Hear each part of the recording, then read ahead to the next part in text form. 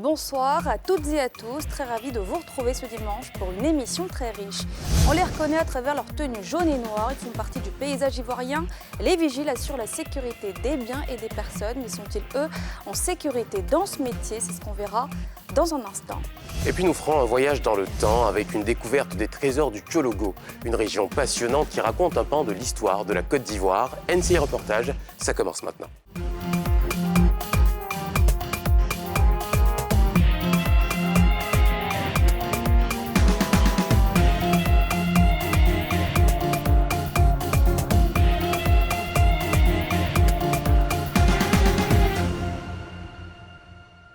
Bonsoir Pierre. Bonsoir Mélina. C'est un sujet qui nous a été très demandé. Et oui, la rédaction a été très sollicitée pour s'intéresser au cas des agents de sécurité, des vigiles qui font partie de notre quotidien mais qu'on connaît très peu finalement. Et oui, ils travaillent 12 heures par jour, souvent au péril de leur vie. Mais à quel prix le font-ils? Ont-ils les moyens de nous protéger? À quoi font-ils face aussi au quotidien? Et puis comment s'organise ce secteur? Ce reportage vous est proposé par William Sakiré, Doria Gloire, Roméo Tapé et Serge Roland-Gicard.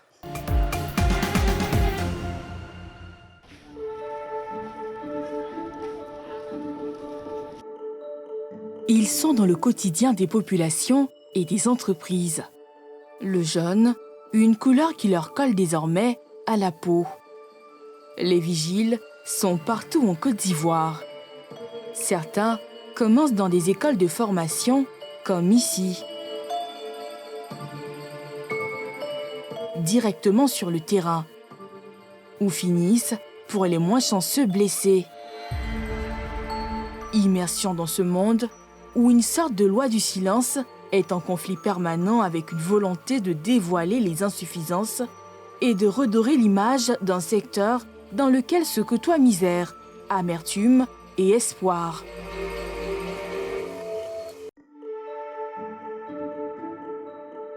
24 heures sur 24, ils sont au travail comme ici à Bain-Bressot, où démarre une nuit de garde pour le binôme Mathieu et Jean-Frédéric.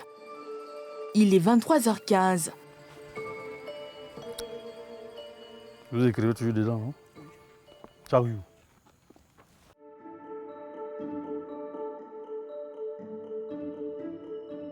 Quand sonne minuit, une étape clé de leur travail commence. Les minuit, donc on commence à faire dans ce truc, et puis bon, je vais commencer à faire les patrouilles maintenant.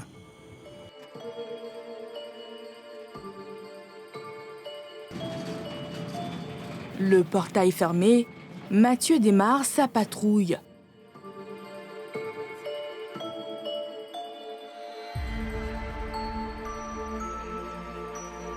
Quand je fais une patrouille, ça veut dissuader les individus.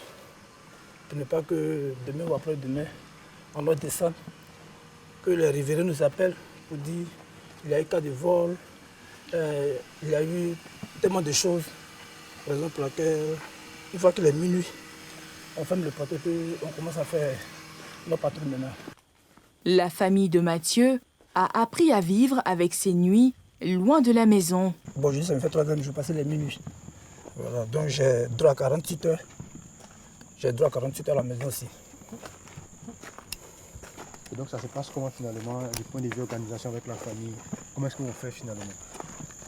Bon, du point de vue avec la famille, moi je vois que ça se passe bien parce qu'il n'y a pas de discussion. Mais quand on parle de salaire, on se heurte à un mur. Ah, là c'est un secret. Là c'est un secret pour moi. Oui, franchement, c'est un secret pour moi.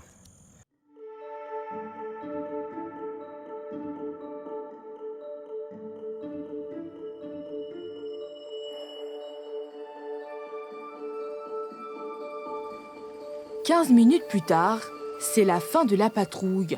La jeune, ça comment? Là, c'est le RAS. Ça comment c'est prêt? Face au sommeil, on fait du thé. Autour du feu et du thé, on entretient aussi ses rêves. Avoir un permis, être un chauffeur, c'est un grand type. Si aujourd'hui j'ai une opportunité de passer un concours de gendarmerie concours de police, même militaire, la douane, tout ça. Je vais le faire.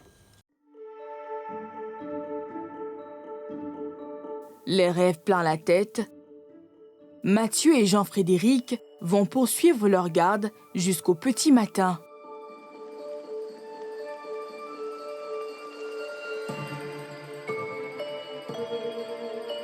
Pour comprendre comment marche ce secteur, nous poussons les portes de cette entreprise. Celle qui emploie nos compagnons de la nuit dernière. En ce début de journée, il y a un briefing. Bonjour Valérie, fais-moi le point ce matin lundi. Je crois que tu es le contrôleur. Voilà. D'accord. Comme d'habitude, j'ai appelé tous les agents sur les sites. Ils n'ont pas signifié de problème en particulier. Mais il y a certains qui souhaiteraient qu'on change leur tenue. D'autres ont demandé un jour de congé. Donc je leur ai demandé de me faire une lettre manuscrite. L'homme qui dirige la réunion est un ancien corps habillé. Depuis quelques années, il est à la tête de cette entreprise de sécurité basée à Cocody. Quand les clients viennent nous solliciter, c'est eux qui font leurs propositions. Ils ont besoin d'un agent simple ou un agent en armes. Donc, en fonction de leur demande, on équipe l'agent qui va sur le terrain. Ici aussi, la loi du silence est reine. Finalement, ça coûte combien de se doter de vigiles ou d'agents de sécurité? Ça coûte combien? Ça dépend. Ça, c'est... Dans le cadre du travail, on ne peut pas dévoiler un peu ce genre de trucs comme ça. Le juriste de l'entreprise nous montrera malgré tout le contrat de travail des employés et cette fiche d'assurance. Voici le contrat que nous rédigeons pour les agents de la sécurité. MB Sécurité. C'est un exemple de contrat. Voilà. Donc tous les agents que vous voyez sur le terrain, venant de MB Sécurité, ont un contrat en bonne et due forme avec la structure. Voilà. Le contrat dit quoi par exemple? Le contrat, bon, le plus souvent ce que les agents cherchent, c'est la rémunération. Parce qu'ils ne se concentrent que sur la rémunération. Je gagne combien, je gagne combien. Sinon le contrat prend en compte tous les contours. C'est-à-dire d'abord la durée du contrat et ce qu'il y a à faire pendant son exercice, pendant tout le temps qu'il passe à Modèle Sécurité, ce qu'il y a à faire, tout est énuméré dans le contrat. Alors vous avez parlé de leurs engagements à eux, mais c'est quoi vos engagements à vous selon le contrat qu'il y a là? Et nous on est obligé à mettre en place tout pour que l'agent soit en sécurité, qu'il soit bien payé, bien rémunéré. Payé quand par exemple? Bon là ça c'est tellement professionnel qu'on ne peut pas tout de suite dire ça ici. Pour découvrir d'autres réalités des entreprises de sécurité privée en Côte d'Ivoire, nous nous rendons à Marcory. Nous sommes devant l'une des plus grosses entreprises du secteur. Et l'homme qui tient le portail, c'est Nicaise. Il est l'un des 2000 salariés de l'entreprise. Moi, ça me fait 15 ans et 1 mois aujourd'hui que j'exerce ce métier. Le vigile accepte de nous dévoiler son salaire. Bon, net à payer, je reçois 143 000. 143 000. Parce que gain, si je dis gain, bon, il y a des trucs aussi, il y a assurance, il y a tellement d'assurance et autres qui sont enlevés par là, je ne compte pas. Mais net à payer, 143 000. Mais quand on n'enlève rien, ça vous fait combien? Bon, ça dépasse 161. L'entreprise est dirigée par Lilian. L'homme est un ancien militaire et régulièrement il fait la ronde auprès de ses collaborateurs. Tout se passe bien? Pour lui, même avec l'abonnement à 230 000 francs, la vie est dure. On a du mal à vendre un abonnement au bon prix pour un agent. Parce qu'il y a tellement de sociétés qui n'appliquent pas les lois des codes du travail, qui ne payent pas toutes les taxes, etc., qu'il y a un gros problème de concurrence déloyale. Donc il y a des sociétés qui se retournent plutôt vers les gens, vers des sociétés qui paieront moins cher pour leurs gardiens. À côté du défi de la rentabilité, il y a aussi celui de la formation des agents sur lesquels chaque entreprise est autonome.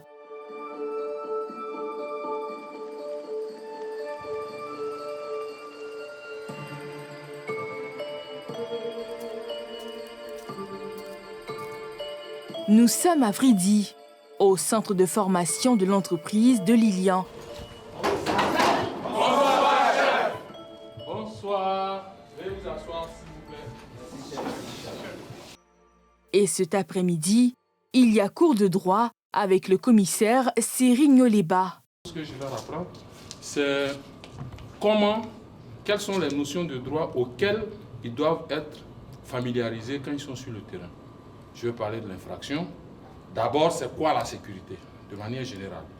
C'est quoi la sécurité? C'est quoi la sécurité privée? C'est quoi la sécurité publique? Et puis, s'ils sont là, c'est certainement pour éviter que nos clients soient sujets à des attaques. Ce sont ces attaques-là qu'on appelle, dans le langage juridique, les infractions. Donc, ils doivent connaître la notion d'infraction, la définition, c'est quoi une infraction. Parmi les auditeurs de cette formation de 3 semaines, il y a Emmanuel, titulaire d'un brevet de technicien des arts. J'ai quitté non seulement l'expression picturale, donc les arts visuels et la mode, pour venir ici, pour apprendre à être rigoureux. Pour l'homme de 33 ans, s'engager dans ce métier est un choix bien mûri. Je voudrais dire que le métier de vigile est un métier noble, parce que pendant que, dans la nuit, une personne dans sa maison dort, le vigile veille sur cette dernière. C'est un métier noble parce que sans le vigile, il peut arriver que cette personne se fasse cambrioler, voire même se fasse tuer. Au cours théorique, il faut ajouter la pratique. C'est l'affaire du chef Scipion qui explique les critères physiques pour embrasser ce métier. Là, c'est déjà un agent qui travaille. Vous voyez le gabarit? Mais ce n'est pas la taille, c'est ce qui est là-dedans et là. Mais aussi les équipements rangés dans ce bureau.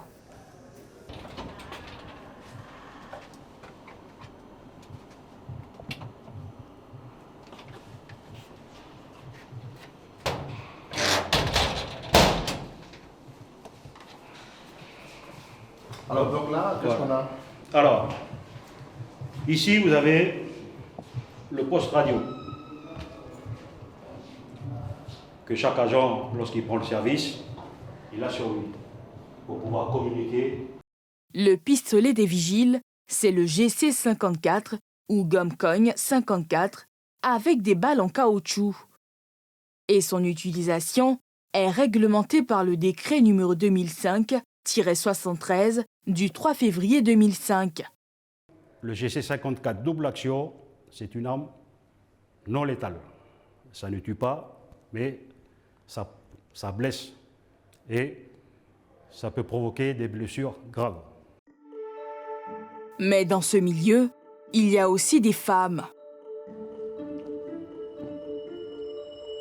Nous sommes sur le site de l'université Félix Houphouët-Boigny. Repos, ça va? Bonjour, ça va? Et la journée? Aujourd'hui, Bamba Niang, patron d'entreprise de sécurité privée, est en visite.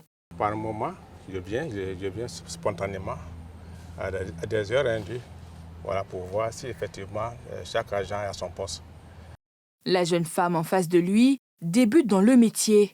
À mon niveau, c'est parce que j'aime ce métier. Comme cela, je suis ici. Vous avez commencé depuis quand? Ça me fait bientôt 2 mois. Bientôt 2 mois? Donc vous êtes nouvelle dedans. Depuis 2 mois, qu'est-ce que vous avez vécu dedans? Vous avez fait la nuit aussi, vous avez fait le jour seulement? Puisqu'on fait 24 heures. Y compris la nuit, nous sommes en tout cas, ça va.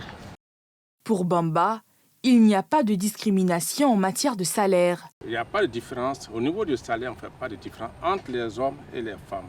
Le problème où ça se situe, c'est au niveau de l'ancienneté. Au quotidien, ces femmes assurent la sécurité de ce parking. Vous vérifiez quoi? On vérifie pour que la voiture, jusqu'à quand les femmes finissent de garer, et même ils touchent les véhicules si ce n'est pas condamné ou ce n'est pas condamné. Bon, c'est dans la soirée. Là, s'il y a des véhicules qui sont garés, on vient, on touche si c'est condamné ou ce n'est pas condamné. Si ce n'est pas condamné, on signale pour qu'ils viennent condamner. Mais dans ce métier, on peut connaître des déboires. Les déboires, c'est ce qu'a vécu Lassina, désormais ex-vigile. Alors que nous le retrouvons chez lui aux Deux Plateaux, l'homme de 45 ans est au chômage après 7 ans comme agent de sécurité. J'ai été licencié parce que j'ai participé à une émission, à un reportage de télévision où j'ai dénoncé la précarité et le mauvais traitement vraiment salarial. Et mon employeur s'est basé sur le fait que le logo est apparu. Lorsqu'il était en fonction, il touchait 85 000 francs par mois. Suite à son licenciement, il a reçu le paiement de ses droits, loin de ce qu'il espérait. Après 7 ans et 5 mois de service, on m'a versé un droit de 49 000 francs. Est-ce qu'on peut voir le document? On peut voir le document. C'est un droit de 49 000 francs. C'est signé de qui? C'est signé, c'est signé du directeur.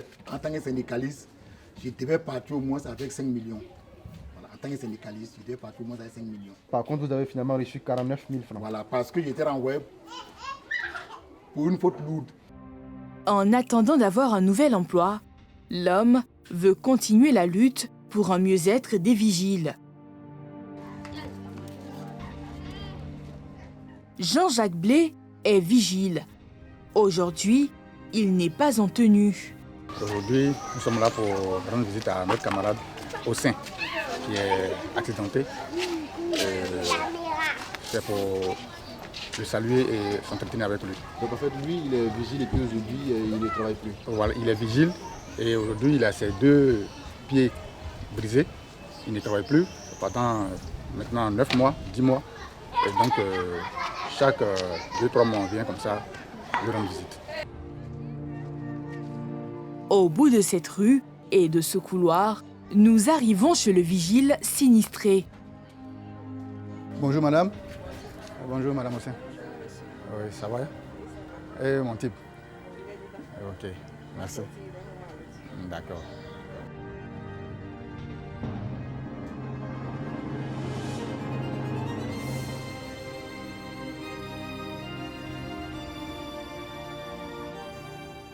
Celui que Jean-Jacques est venu voir, c'est Econ.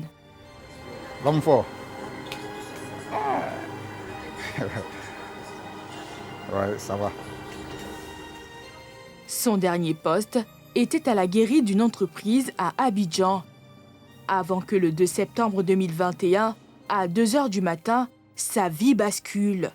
Le porteur de la société qui était défaillant, on a signalé plusieurs fois à notre responsable, le chef de zone, qui détenait les rapports chaque fin de semaine, à qui on envoyait par mail d'ailleurs. Et ce portail-là n'a pas été réparé. Et c'est comme ça, de peur qu'il y ait un braquage sur le site, on se permettait franchement de fermer le portail. Et c'est dans ce sens-là qu'un jour, le portail a déraillé. Et le portail vraiment a causé ce mal que vous voyez là. Sur ces images de vidéosurveillance, on revoit la scène.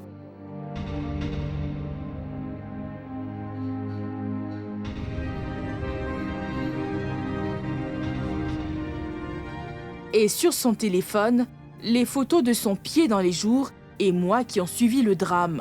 Je suis assuré, mais comme il s'agit d'un accident de travail, je suis aussi inscrit à la CNPS. C'est la CNPS qui me prend en charge médicalement. Et c'est ce qui fait que je me soigne. Voilà. Quand je parle d'aide de la direction, vous voyez mes déplacements aujourd'hui de la maison à la Riviera 4. C'est là que je prends les soins.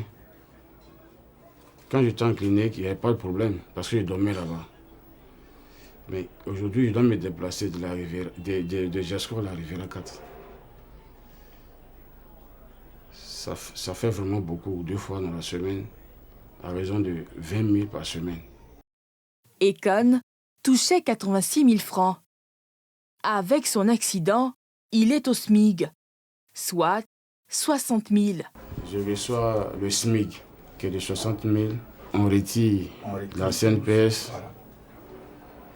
Et puis des coupures encore qui me revient à 47 000 qu'on me donne chaque fin de mois. Donc en clair, depuis 15 mois, vous avez comme solde 47 000 francs. Oui, 47 000 francs. Comment est-ce qu'elle vit ça, votre épouse, vos proches? Comment est-ce qu'ils vivent cette situation-là? Ma femme m'a toujours soutenu. Mes amis aussi. Mes collègues aussi. Il faut dire que ma femme est compréhensive.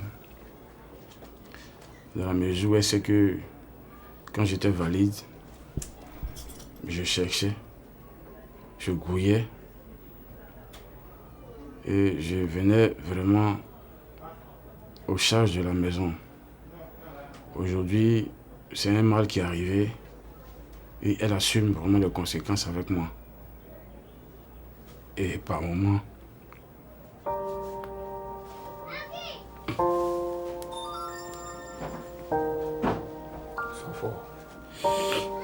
il t'a atteint jusqu'à maintenant là. C'est un garçon.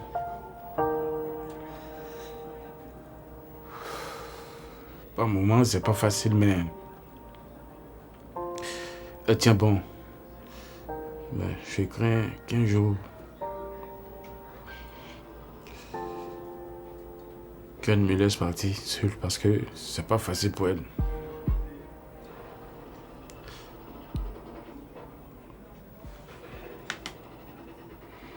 Jean-Jacques, quant à lui, espère voir les lignes bouger pour Ekon, mais aussi pour l'ensemble de la corporation. Nous sommes dans des cimenteries, dans des entreprises de produits chimiques, à visage découvert, dans la simple tenue de travail, avec des chaussures de sécurité de travail. C'est tout. Nous ne percevons pas de prime de risque parce que nous sommes livrés au braquage, aux accidents comme les portails qui déraillent. Nous sommes livrés à des eaux usées. Nous sommes livrés à des produits chimiques. Il y a d'autres même qu'on doit aller rendre visite que je crois avant-hier que je suis allé voir que l'engrais, produit chimique, a brûlé tout le visage. Parce qu'il n'y a pas de casque, il n'y a pas de masque, il n'y a pas de protection. Donc on est là comme ça, tel que je m'habille ce matin à la maison. C'est comme ça, je porte la tenue et puis je travaille. Et tu es livré à toi. Ekon poursuit aujourd'hui sa convalescence, gardant l'espoir de retrouver sa motricité et reprendre le service.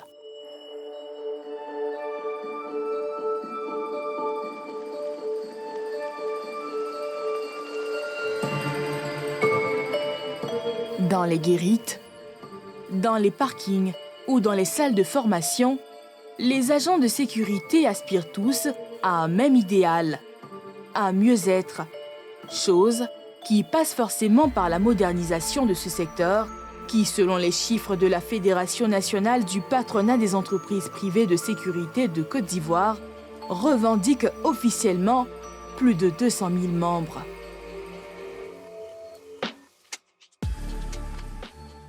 Quelle triste réalité, Pierre, pour certains vigiles en Côte d'Ivoire. Et oui, il n'a pas fallu attendre le reportage pour le constater. On le voit au quotidien. C'est une profession qui est difficile et ils sont dans des conditions compliquées. Eh bien, pour mieux comprendre ce secteur, on va accueillir en plateau le président de la FENAPEPSI, la Fédération nationale du patronat des entreprises privées de sécurité de Côte d'Ivoire, Monsieur Guy Komena. Bonsoir, merci d'être avec nous ce soir. Bonsoir Mélina, bonsoir Pierre. Bonsoir. 12 heures par jour, 6 jours sur 7, très souvent debout pour un salaire au minima de 85 000, voire moins pour certains. Pourquoi le métier est-il si précaire ? Le métier est si précaire parce que dans le milieu, n'importe qui peut créer une société de sécurité. Ils n'ont pas le profil, c'est juste des hommes d'affaires. Sinon, parmi les nombreuses sociétés agréées, les agents de sécurité sont très bien traités. Malheureusement, la partie de l'iceberg qu'on voit, c'est les sociétés qui ne sont pas agréées et c'est les sociétés qui ne respectent pas la réglementation. Parce que vous devez savoir maintenant, depuis le 1er janvier, l'État de Côte d'Ivoire a augmenté le SMIC de 60 000 à 75 000. C'est ça. Ce qui fait qu'un vigile qui commence à la catégorie 1 à 75 000 francs, plus 30 000 francs la prime de transport, sur l'Abidjan, ça fait déjà 105 000. Et s'il a des heures supplémentaires, parce qu'effectivement, il travaille 12 heures par jour, les heures supplémentaires, il va se retrouver avec environ 110 115 000 francs par mois. Alors, est-ce que ces prestations varient, que l'on se retrouve à travailler en tant que vigile pour un particulier ou une entreprise? Est-ce qu'il y a différents barèmes? Normalement, c'est le même barème. Mais malheureusement, sur le terrain, ce n'est pas ce qui se passe. Parce que quand il travaille pour un particulier, le particulier dit que moi, je veux payer... La plupart des particuliers, ils paient les vigiles entre 80 000 100 000 francs la prestation, alors que le prix plancher défini par la fédération est de 220 000. 220 000? Voilà. Minimum. Il y a des sociétés qui facturent 250, 300, 400, 500 000. En fonction des types de prestations ou du niveau de la sécurité. Alors, malheureusement... Comment on explique cet écart-là? Pourquoi on n'arrive pas à le contrôler? Qu'est-ce qui rend difficile, justement, Ce qui rend difficile, déjà, il y a l'État. Parce que vous savez que c'est l'État qui fixe, mais l'État elle-même ne respecte pas du tout les tarifs. Je m'explique. Lorsqu'on lance un appel d'offres dans le budget de l'État, dans le coût de structure, un appel d'offres, dans le coût de structure, un gardien, un agent de sécurité plutôt, coûte 110 000. Quand l'État lance un appel d'offres, il oblige à ceux qui soumissionnent de ne pas aller au-delà de 110 000. Quand vous allez au-delà de 110 000, vous n'êtes pas recruté. Donc vous voyez déjà, l'État même n'est pas en phase avec sa réglementation. Donc le premier problème, c'est l'État. Si l'État se met à jour, commence à respecter, les autres vont suivre. Est-ce que vous avez entrepris des discussions avec le gouvernement pour justement faire remonter les préoccupations des vigiles sur la revalorisation de leur salaire? On a déjà approché notre tutelle, le ministère de la Sécurité, etc. Et le ministère de la Sécurité a promis nous aider pour qu'on ait une réunion tripartite entre le ministère de l'économie et le ministère du budget. Ce que l'on constate au quotidien, quand on a affaire à des agents de sécurité, on a le sentiment qu'ils sont désabusés, dépassés par leur situation. On a un aspect extérieur, physique de leur tenue qui est, on va dire, en mauvais état, ou encore leurs expressions de visage. Qu'est-ce qu'il faut améliorer pour apporter, on a envie de dire, un peu plus de bonheur et d'humanité dans cette profession? Oui, malheureusement, ça existe. Mais nous, au niveau de la fédération, on essaie justement de faire la formation aux patrons des sociétés de sécurité. Parce qu'il ne faut pas venir créer une société de sécurité parce qu'on a envie de faire du business. Ça ne marche pas comme ça. On vient parce qu'on a la passion, on maîtrise le domaine. Parce que moi, je me perçois de temps en temps, quand je regarde, je vois des agents de sécurité qui sont payés à 40 000, à 50 000. Évidemment, quand vous voyez, et puis il y avait des tenues délavées qui sont presque des mendiants, qui, quand vous garez vos voitures, normalement, ce n'est pas lui, ce n'est pas son métier, il est là pour sauver le magasin, mais il est obligé de courir pour avoir, etc. Et vous n'avez aucun contrôle sur ces entreprises-là? Je dis clairement aux adhérents, nous avons 2023 pour se mettre à jour. Se mettre à jour, ça veut dire quoi? Nous devons déclarer tous nos agents à la CNPS, nous devons payer les salaires, nous devons leur fournir un bulletin de salaire tout le mois. Celui qui ne ferait pas ça, simplement, moi je vais les dénoncer, puisque je les connais, je vais les dénoncer aux impôts et à la CNPS pour déclencher un contrôle. là, comme ça, chacun va se mettre en règle. Parce qu'il ne suffit pas de faire du chiffre d'affaires pour empocher, se mettre à l'aise, rouler dans une belle voiture, voyager en business class, aller à Paris, alors que les agents même, qui sont les premiers éléments, ne sont pas bien traités. Alors justement, pour ces entreprises qui vous vendent un service, donc celui de la protection des biens et des personnes à des particuliers ou à des entreprises, est-ce qu'on peut garantir aujourd'hui que les agents reçoivent la formation adéquate? Est-ce qu'on vend réellement de la sécurité aux populations? Vous savez, la formation est un peu disparate. Il y a des grandes structures qui dispensent de la formation. Il y a des petites structures qui dépensent aussi de la formation. Mais vous savez, en général, la formation, on te prend un jour le matin de 7h jusqu'à 18h, on vous donne les rudiments, on dit, bon, allez sur le terrain. C'est pour ça que nous, déjà, on a approché la tutelle pour créer une école de formation de base. C'est-à-dire que tous ceux qui veulent faire le métier d'agent de sécurité vont dans cette école, on va leur délivrer une attestation ou un diplôme. Et ceux qui veulent se faire recycler doivent y passer. Et nous avons reçu le feu vert de notre ministère du tutelle, donc on s'y attelle, puisque d'ici 2-3 ans, on aboutira à ça. Ça va éviter que tout le monde ait une formation commune des bases, et en fonction de ça, chaque entreprise peut ajouter en fonction... Donc c'est quand même grave. Alors, si tout le monde n'est pas en règle vis-à-vis de la formation, on envoie des agents dans des situations où ils vont possiblement se retrouver confrontés à du danger et on ne leur donne pas les clés pour y répondre. Est-ce qu'on n'est pas en phase de mise en danger de la vie d'autrui quand on a une entreprise qui envoie des vigiles au casse-pipe sans être formés correctement? Non, ce n'est pas la totalité. Comme j'ai dit tout à l'heure... oui, mais pour ceux qui ne le font pas. Justement, pour ceux qui ne le font pas, en fait, ils ne font pas de la sécurité. Moi, je prends un exemple. Ce matin, il y a quelqu'un qui m'a appelé parce que son cousin est directeur des achats d'une société quelque part. Il lui a donné un marché de gardiennage alors qu'il n'est même pas agréé. Hein. Il fait le marché.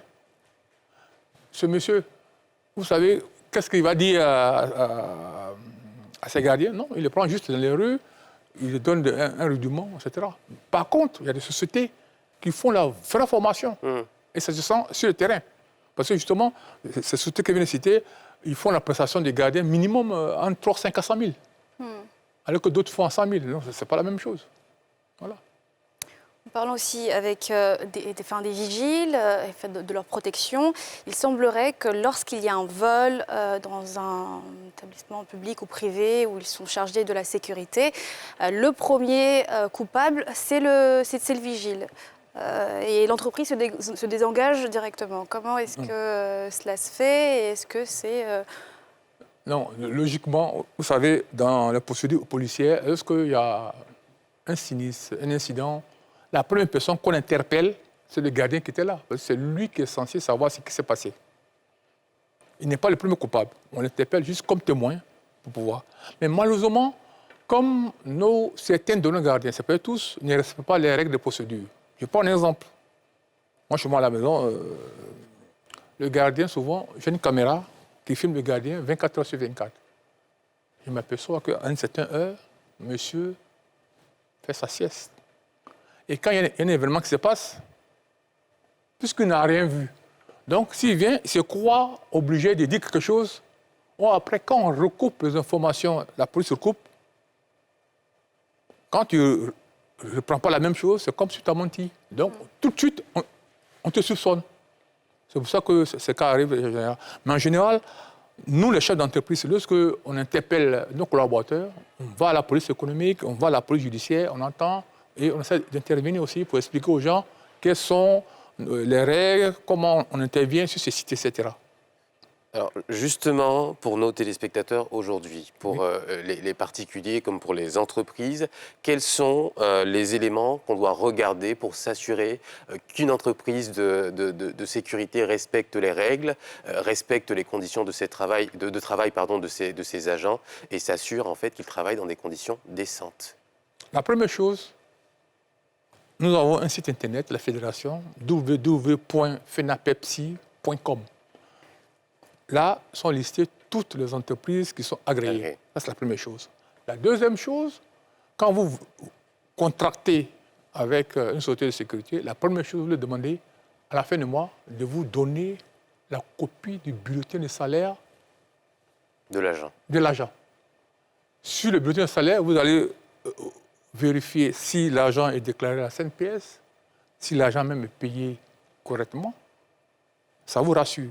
Si on ne peut pas vous fournir ça, je vous exhorte à rompre le contrat. Et est-ce que ce particulier a la possibilité de dénoncer aussi quelqu'un qui n'est pas en règle? Oui, il a la possibilité de dénoncer soit à la fédération, mais à la tutelle. Notre tutelle, la sous-tutelle, c'est la DST. Donc, il va à la DST, ils dénoncent, ils vont prendre, il y a des commissaires, il y a des policiers qui sont sur place, qui vont aller sur le terrain pour interpeller le patron de l'entreprise, etc. En tout cas, merci de nous avoir donné des informations sur ce secteur sur lequel les Ivoiriens se posent de nombreuses questions. Merci Monsieur Guy Comena d'avoir été avec nous. Je rappelle que vous êtes le président de la FENAPEPSI, la Fédération nationale du patronat des entreprises privées de sécurité de Côte d'Ivoire. Merci à vous. Merci. Merci d'avoir été avec nous. Et en seconde partie, nous serons dans le Nord, Pierre. Et oui, Mélina, dans le Tchologo, à la découverte des merveilles touristiques qu'offre la région. Et ce sera après une courte page de pub. A tout de suite. De retour sur le plateau de NC Reportage, attachez vos ceintures, direction le Tchologo, Mélina. Et oui, grand voyage dans le temps à la découverte des trésors historiques de cette région, des trésors inexploités pourtant. Il raconte un pan de l'histoire de la Côte d'Ivoire. Murailles de Sordi, mosquées pittoresques à Kong, tunnels de Kassongo, à la découverte des merveilles du septentrion ivoirien dans ce reportage de Roger Appé et Roméo Tapé.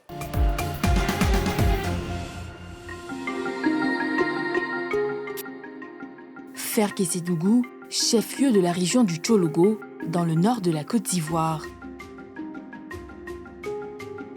Notre équipe a décidé de visiter cette région avec ses nombreux sites touristiques, empreints d'histoire et pourtant méconnus.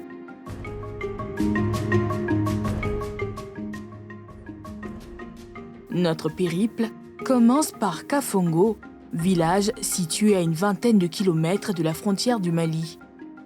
Ici, nous découvrons des tunnels souterrains qui dateraient du XVIIIe siècle.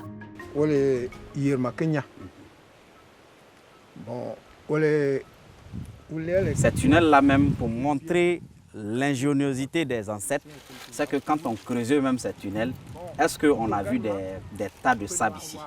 Or, ce sont des tunnels très profonds, mais il n'y a pas eu de tas de sable sur la grotte elle-même. Ça veut dire quoi? Quand on creusait, on prenait, pour ne pas laisser des traces et des indices aux ennemis, on prenait le sable, on partait reverser jusqu'à dans un cours d'eau qui faisait pratiquement 5 à 6 km d'ici. Et on versait le sable dedans. Dans le cours d'eau, on ne pouvait pas savoir qu'il y a du sable qui était versé. Donc il n'y a aucun signe sur la grotte qui permettait à l'ennemi de voir déjà des traces pour dire peut-être qu'il y a quelque chose ici.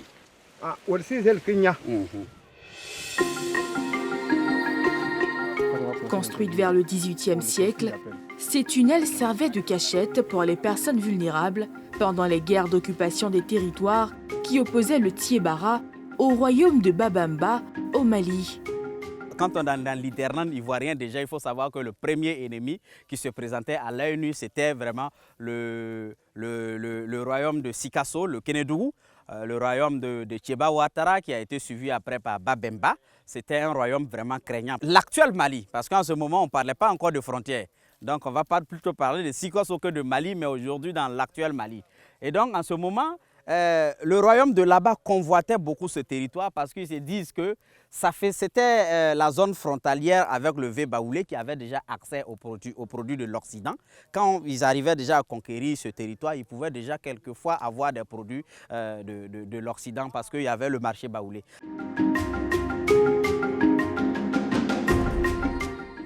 La longueur et la profondeur de ces tunnels ne sont pas connus. Ils ne sont plus utilisés depuis la fin des guerres d'occupation. Depuis plus de 2 siècles, le site est préservé par les villageois et est même devenu un site touristique ouvert au grand public. Mais les actions de valorisation de ce site ne portent pas encore de fruits. C'est quelque chose de naturel pour Kafongo. C'est dit, on est né, on a trouvé, c'est pour nos grands-pères, mais malheureusement, nous, aujourd'hui, on ne peut pas rentrer dedans. Donc, pour eux-mêmes, là, les gens viennent regarder. C'est vrai, c'est une richesse, mais eux se disent, bon, on n'a pas de moyens. Même si on doit l'entretenir, là, on le fait comment? Aujourd'hui, nous ne sommes plus en temps de guerre pour dire, on va l'arranger pour que quand il y a guerre, on va rentrer dedans. Donc du coup, la population a en quelque sorte un peu délaissé le site. À chaque fois que les gens viennent pour des visites, c'est là la chefferie délègue des personnes pour venir entretenir l'espace et ça aide à enlever quelques... Le chef guerrier Yeo Tiewolopie, fondateur du village. Ok, messieurs, soyez donc la bienvenue à Sordi. Alors, sous bien sûr la permission de nos papas, les vieux sages qui sont là, nous vous présentons donc les murailles de Sordi. Alors ici, nous sommes au niveau de la deuxième clôture, sur tous les sens, c'est-à-dire qu'il y avait 3 remparts. La première clôture faisait le tour de la chefferie traditionnelle de Sordi. Et ça, c'est la deuxième, qui faisait la clôture des ménages. Voilà, c'est là que se trouvaient les ménages, et les domiciles de tous ceux qui étaient à Sordi. Et au-delà de cette clôture, il y a la plus grande clôture. Au niveau de la grande clôture, ça c'était le cordon sécuritaire. Cet édifice, datant de plus de 2 siècles, est construit en terre battue avec de l'argile, du beurre de karité, du lait, le tout malaxé avec du sang humain. Nous avons eu dit que c'était monté avec du sang et du beurre de karité. Est-ce que c'est vrai? La clôture est à la fois sécuritaire, mais à la fois au-delà de la sécurité organisée, il fallait une sécurité aussi mystique. Parce que c'était le temps des guerres, on pouvait s'attendre à tout. Donc pour faire maintenant le côté mystique, les vieux, quand il y avait, puisque ce sont des captifs et des esclaves qui étaient faits comme main d'œuvre, quand ceux-là travaillaient les nuits et qu'il y a un qui se jouait les fainéants, qui n'a pas envie de bien travailler, alors on le chicotait et puis quand on arrivait à te frapper à mort, ton sang là, on mettait dedans pour malaxer. Mais ça, c'est le côté mystique. C'était pour rendre vraiment le mur très solide et très puissant mystiquement, de telle sorte que quand quelqu'un vient, même s'il a des pouvoirs mystiques et qui traversait les murailles de Sordi, il perdait automatiquement ses pouvoirs. Et pour que les portails résistent aux assauts du camp adverse, les piliers étaient posés sur la chair humaine. Des sacrifices mystiques pour renforcer la sécurité des murailles. Et au-delà de là, chaque entrée de Sordi, il y avait 4 entrées. Sur chaque entrée, le mur était fait sur un albinos. Alors pour chaque porte, il y avait 2 albinos. Ça, c'est un secret purement... Un soubassement, alors. Donc, quelque chose où les balustrades de la rentrée des murailles sont faites sur des humains et des mystiques, avaient aussi un volet mystérieux dedans. Et n'oubliez pas qu'à l'enceinte des murailles, il y avait d'abord l'école culturelle Sénoufo, l'école d'un vrai Sénoufo, qui était à l'intérieur des murailles, qui est le bois sacré. Quand Sordi s'est installé, la première des choses qu'ils ont fait, ils ont déporté l'école culturelle, l'école de la maturité au sein des murailles d'abord, avant de vaquer à d'autres occupations. Outre ces aspects, les murailles posséderaient aussi des pouvoirs de guérison et procureraient même de la chance à ceux qui y formulent des vœux. J'ai appris que la muraille est chargée de valeurs mystiques ou de pouvoirs mystiques. Et il suffit de venir toucher à la muraille pour être guéri. D'accord. De tous ces mots. Oui, effectivement. Financier. Lorsque un digne fils de Sordi, par exemple, a des soucis en aventure et qui vient, il met sa main ici, il dit au nom de mes ancêtres là, qui étaient des personnes de parole. Je vais toucher. Ben, naturellement, monsieur. Voilà. Ou quelqu'un qui a vraiment un intérêt dans cette localité, quelqu'un qui a aimé Sordi, même n'ayant pas participé à quoi que ce soit à Sordi, vient faire des promesses ici. Il est clair que ça se résout. Alors ici, les visiteurs n'hésitent pas à tenter leur chance. Mais vous cherchez quoi? Venez toucher ces murs. Est-ce que parce qu'on a dit qu'il y a un côté... bien entendu, qui ne veut pas être heureux? Blaise Pascal disait que même celui qui se pend veut être heureux. Et donc, lorsqu'on vient toucher à ces murailles, c'est pour être heureux également. Avoir beaucoup d'argent, avoir moins de problèmes, bien sûr. D'accord, donc c'est votre vœu? Plus ou moins. Ce n'est pas toute la partie de ma raison, non. C'est une raison, parmi tant d'autres, qui m'envoie à Sordi.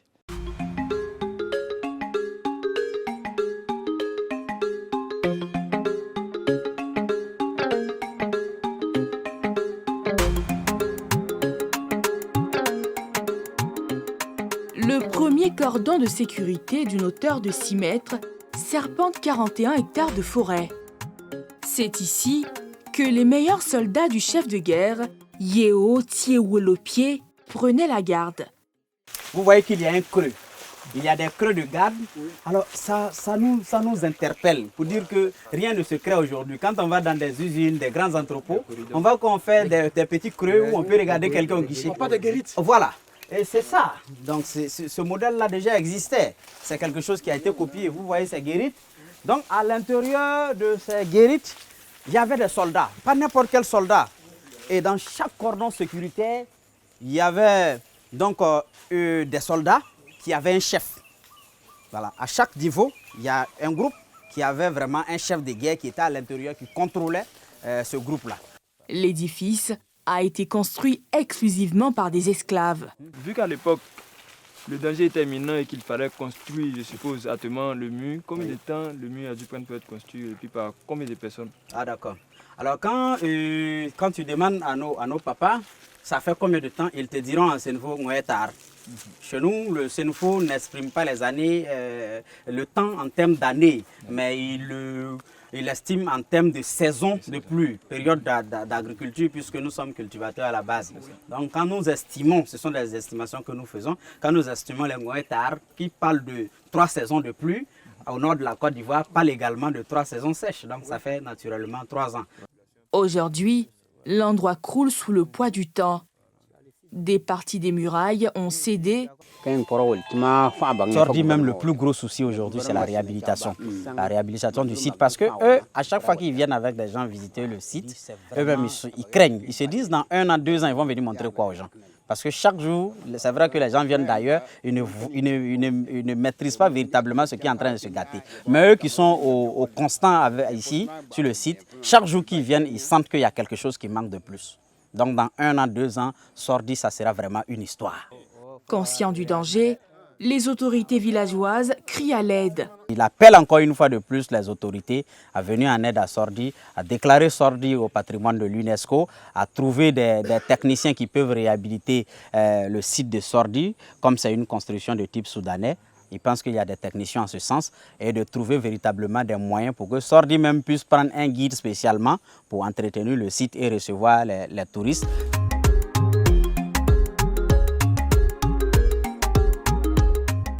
Le site, qui enregistre 30 à 50 visiteurs le mois, peut constituer une manne financière pour la région s'il est mieux valorisé.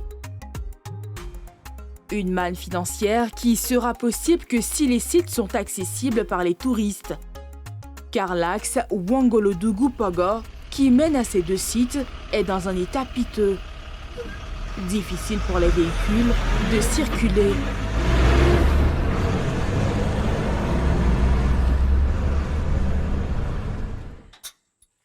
Ce gros camion en a fait les frais. Depuis 3 jours, les mécaniciens tentent de le remettre en état. Du courage. S'il plaît à bon Dieu, peut-être demain on peut finir ça. On peut finir ça dessus. Tu vois le fer là? Il y a des mécaniciens, si tu les as dit que ça là, ça peut se casser, ils vont te dire que c'est faux. Bon, depuis que je suis dans la mécanique, bon, c'est ma première fois même de voir un truc là cassé comme ça. Toi-même tu vois l'état de fer là, c'est très très très lourd, très solide. Mais avec l'état de la route, vraiment, sincèrement dit, c'est grave. Si on te dit que ça, là, ça peut se casser, tu vas dire que c'est faux. Donc vraiment que l'État fasse quelque chose pour nous. Sinon, vraiment, la route, sincèrement dit, c'est pas de tout bien. Il fait tard déjà, on ne peut plus aller. Donc il faut qu'on fasse quelque chose pour que peut-être demain on puisse finir.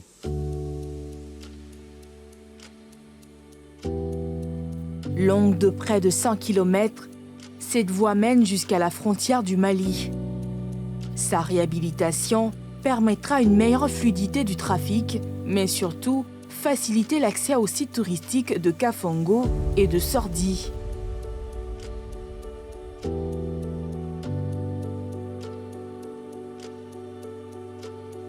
Le lendemain matin, c'est à Kong que notre équipe se rend à la découverte des mosquées historiques. Alors ici, c'est la petite mosquée, comme on l'appelle communément. En fait, c'est la première mosquée de Kong. Je pourrais même dire que c'est la première mosquée de Côte d'Ivoire. Dans la mesure où l'islam a fait sa pénétration en Côte d'Ivoire par le nord. Par le nord, et c'était Kong qui était la seule ville existant en Côte d'Ivoire, la ville la plus importante. Et la ville islamisée en Côte d'Ivoire, c'était Kong. Donc c'est lui qui est venu ici avec l'islam, a bâti cette mosquée comme étant une mosquée familiale. Vieille de plus de 3 siècles, la petite mosquée de style néo-soudanais de Kong est le plus vieux symbole de l'islamisation des peuples du Nord. Lorsque vous voyez l'architecture, les poutres sont plantées comme ça, verticalement et horizontalement. C'est une essence, c'est un arbre. Quand il dit essence, c'est un peu agronomique. C'est un arbre qui ne pourrit pas facilement. C'est une essence, une espèce d'arbre qui ne pourrit pas facilement. Il n'y avait pas d'échafaudage. Donc on construit jusque-là, on monte un peu. Avant de monter, on met ces poutres là-dedans et on fait un niveau dessus, on laisse sécher. Et après, on monte sur ces niveaux-là, on construit le niveau supérieur. Elle accueille seulement 40 personnes et est exclusivement réservée aux 5 prières canoniques. Elle n'est pas habilitée pour accueillir les prières de vendredi. Il y avait l'imam ici, l'imam Baro, ses enfants et ses frères sur cette rangée, ses captifs, ses serviteurs étaient sur l'autre rangée et les femmes de ceux qui sont là étaient derrière. Donc vraiment c'était bien réparti. C'est-à-dire les architectes qui ont bâti cet édifice-là avaient imaginé vraiment beaucoup de choses. Il y a une aération qui est faite naturellement, de sorte que quand on est à l'intérieur, on n'a pas chaud. Le sol également n'est pas dallé. Le sol n'est pas dallé, c'est du sable qu'on ramasse dans un endroit bien propre pour venir mettre ici. À 300 mètres, une autre mosquée du même style, mais plus grande. Ici, 400 fidèles peuvent se retrouver pour prier.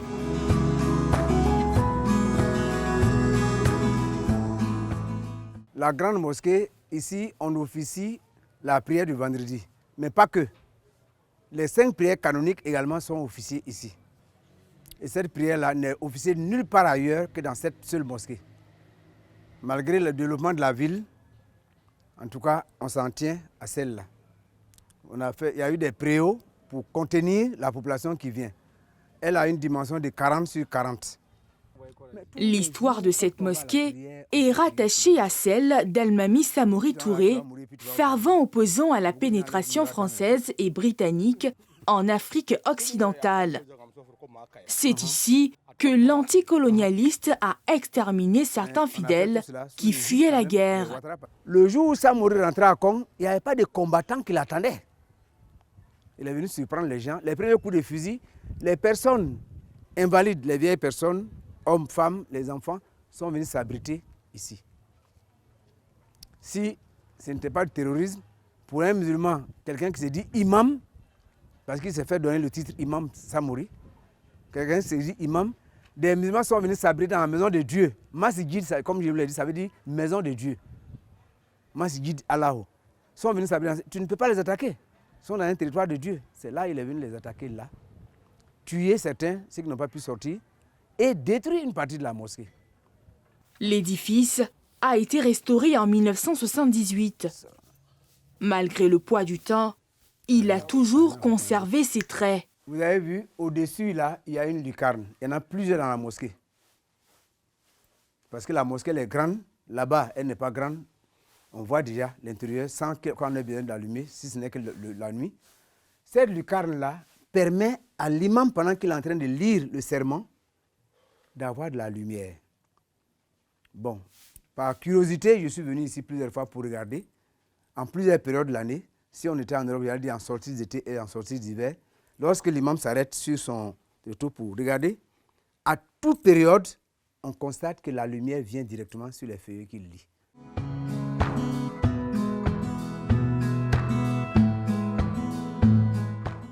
Ces vestiges pleins d'histoire attirent la curiosité de plusieurs touristes.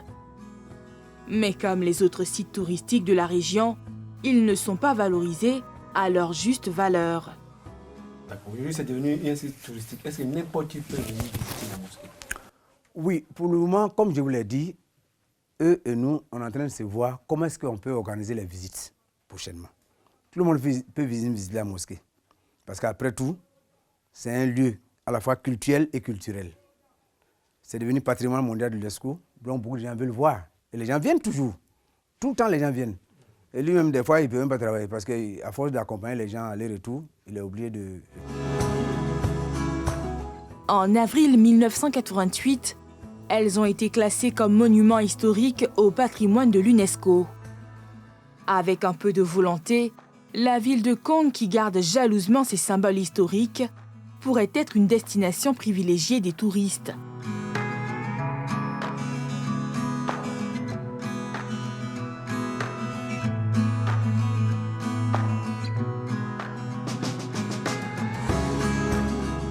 Dans la région du Tchologo, d'autres traditions attirent la curiosité.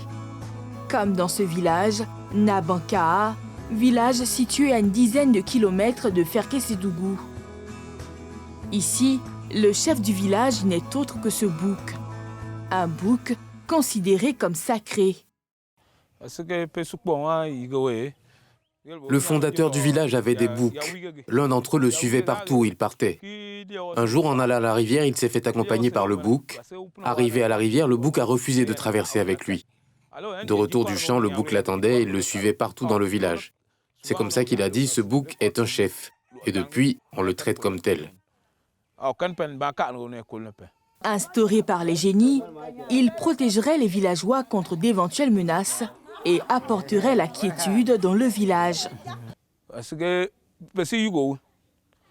Ce bouc est un esprit. Il est là pour interpréter toutes les révélations. C'est un guide qui peut prédire ce qui peut arriver de bien comme de mal. À sa mort, le bouc est enterré et reçoit les honneurs comme un être humain. Et le chef d'adoration convoque la notabilité pour le choix d'un successeur. Comment ça se passe? Il meurt, qui le remplace?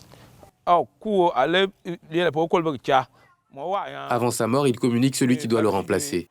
Celui-là, plus de 50 ans, c'est le 8e chef.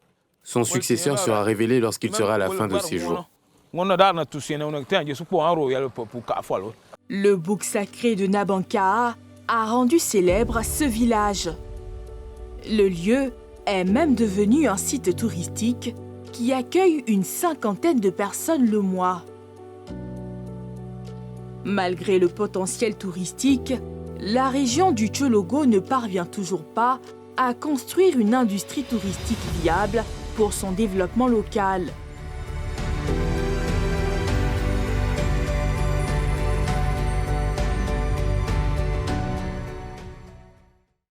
Au-delà de tous ces trésors historiques, Pierre, moi j'ai été assez marquée par ce bouc qui est chef du village. Oui, dont on avait déjà entendu parler il y a quelques années, qui avait défrayé la chronique.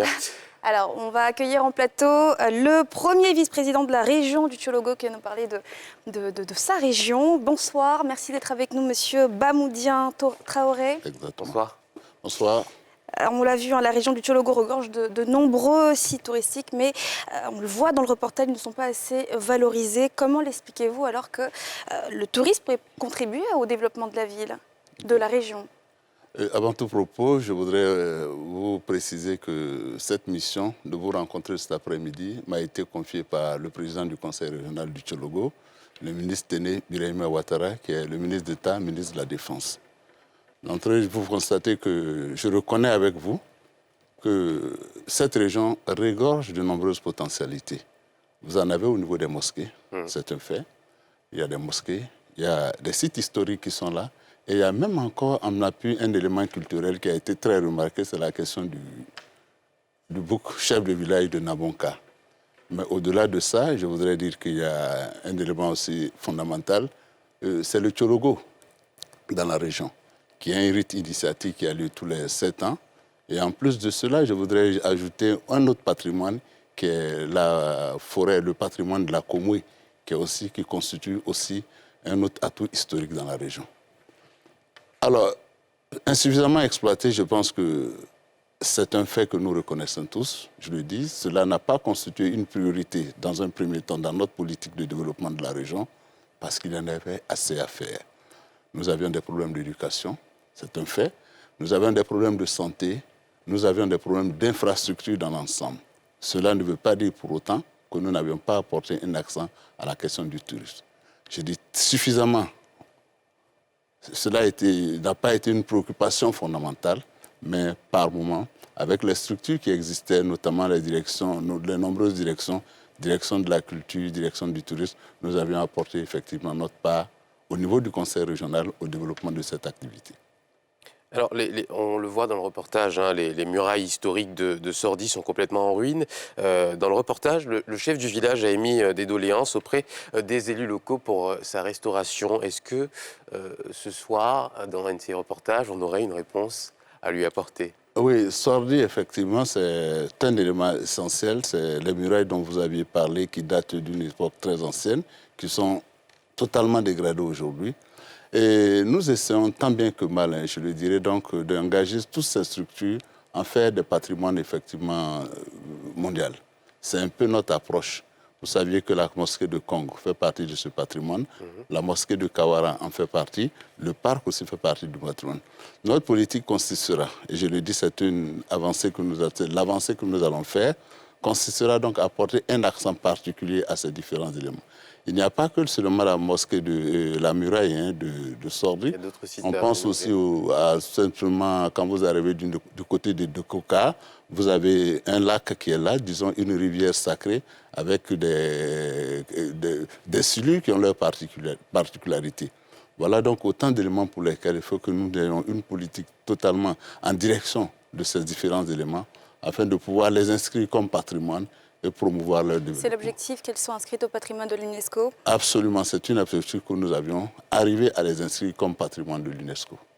Autre entorse au tourisme dans la région, c'est la route Ouangolo-Dougou-Pogo, où se trouvent ces sites justement, qui est dégradé et difficilement praticable. Comment est-ce qu'on peut attirer des touristes si les sites sont difficiles d'accès? Oui, je crois qu'en amont, il faut qu'on développe un élément assez essentiel, c'est l'existence d'un circuit touristique. Vous pouvez avoir des potentialités dans la région, mais il faut vraiment que des opérateurs puissent capter cela, ces différentes potentialités, créer un circuit touristique qui puisse être, et nous sommes accompagnés des opérateurs.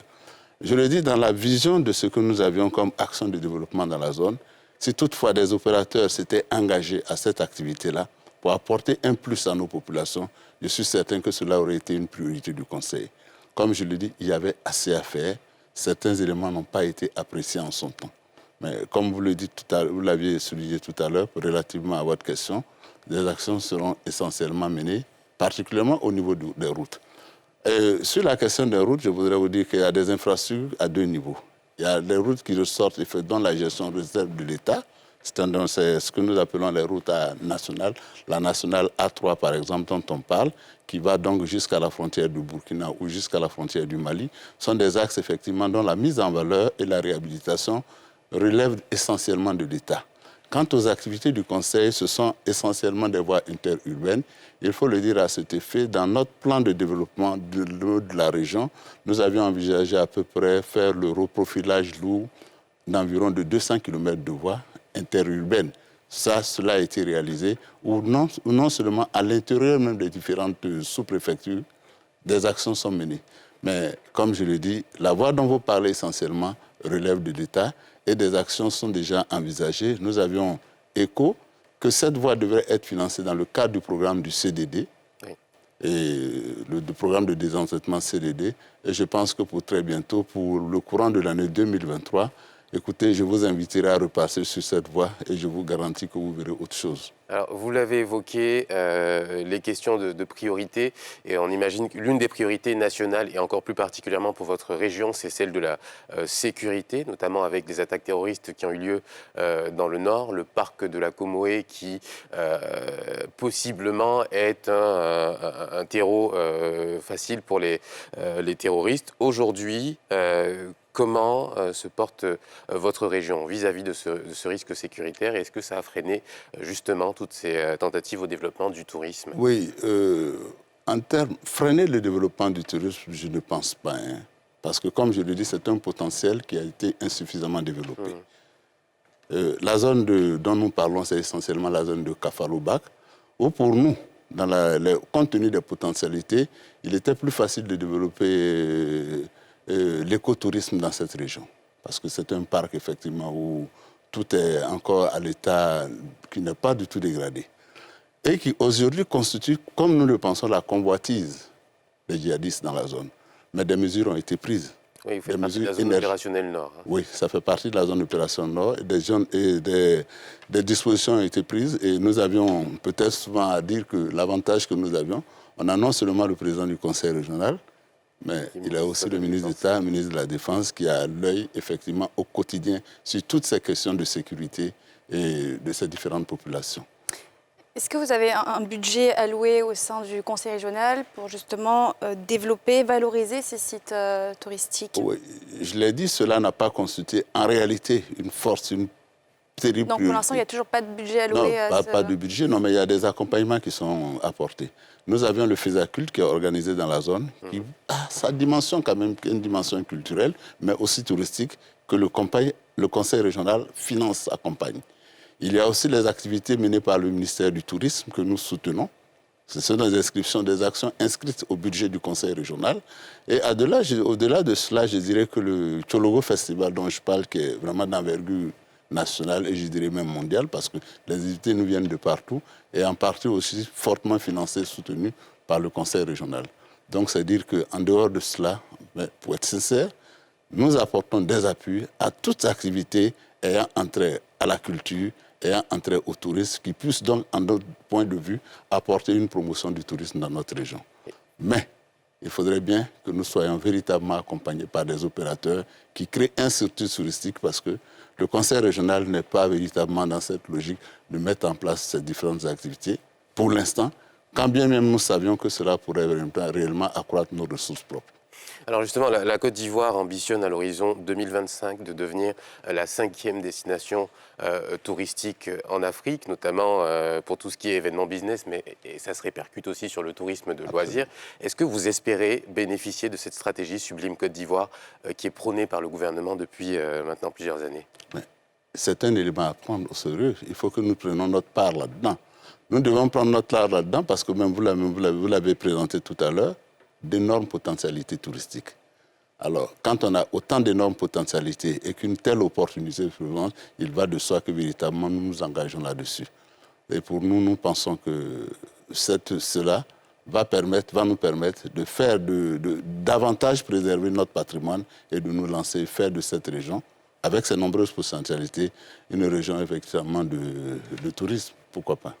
Une dernière question, peut-être, on a parlé tout à l'heure, ce bouc qui est, qui est très célèbre, qui a rendu un village d'ailleurs très célèbre dans votre région. Comment vous l'expliquez? Parce que c'est assez atypique quand même, on ne le voit nulle part, non, des boucs de village. Nous sommes encore dans une forte tradition dans nos régions. Il faut aller rechercher tous ces éléments de leur explication dans la tradition. Il y a pas mal encore dans nos régions des rites initiatiques. J'ai parlé du Tchologo, qui constitue une phase d'initiation. Il y a des symboles que vous aviez qui sont intouchables. Il va de soi des éléments sacrés dans chaque zone parce que, quoi qu'on dise, nous restons dans le modernisme, mais encore un pied dans nos traditions. Il faut préserver d'ailleurs. Merci infiniment, Monsieur Bamoudien Traoré. Vous dites que vous êtes le premier vice-président de la région du Tchologo. Vous souhaitez ajouter quelque chose? Non, mais juste vous dire, comme je l'ai entamé, qu'au niveau du Tchologo, nous avions un plan stratégique de développement dans lequel pour ce plan, nous allons intégrer véritablement une place prépondérance au tourisme pour les années à venir. Et cela a déjà commencé avec l'écotourisme que nous devons développer dans la zone de Kafalo, dans la zone totalement à l'est là, les forêts qui pourraient être la convoitise. Nous sommes engagés véritablement dans cette voie avec un de nos membres du conseil régional, le député de la région, Diomandé Abdoulaye Karim, qui s'est investi et qui est aujourd'hui, en tant que membre du conseil régional, il est à la fois le président de l'AGRF, qui est l'agence de gestion de cette région. Et dans cette partie de l'Union, nous pensons que nous allons développer un tourisme. C'est d'une zone à potentialité où nous pourrons développer la flore et la faune, qui constituerait avec moi un écotourisme dans cette zone. C'est le défi que nous avons pour 2023. Merci d'avoir partagé en tout cas avec nous la stratégie du Thiologo pour s'inscrire dans le patrimoine de la Côte d'Ivoire. Nos téléspectateurs et nous-mêmes auront bien sûr l'occasion de venir vérifier tout ça en 2023. Merci. Et ça y est, c'est déjà la fin de ce numéro de NCI Reportage. Et oui, c'est déjà la fin, mais on se retrouve dimanche prochain, même heure, bon type de programme, sur la nouvelle chaîne ivoirienne.